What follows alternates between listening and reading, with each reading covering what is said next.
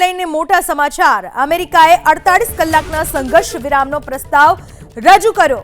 ઈરાને અમેરિકાના સંઘર્ષ વિરામનો પ્રસ્તાવ ફગાવી દીધો છે।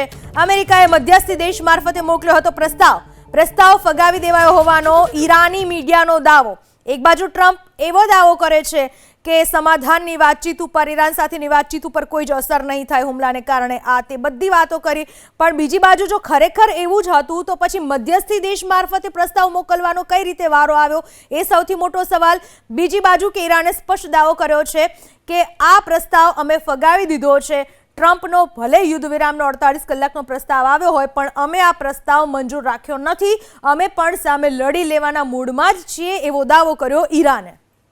ઉપર ઈરાન સાથેની વાતચીત ઉપર કોઈ જ અસર નહીં થાય હુમલાને કારણે, આ તે બધી વાતો કરી, પણ બીજી બાજુ જો ખરેખર એવું જ હતું તો પછી મધ્યસ્થી દેશ મારફતે પ્રસ્તાવ મોકલવાનો કઈ રીતે વારો આવ્યો એ સૌથી મોટો સવાલ। બીજી બાજુ કે ઈરાને સ્પષ્ટ દાવો કર્યો છે કે આ પ્રસ્તાવ અમે ફગાવી દીધો છે।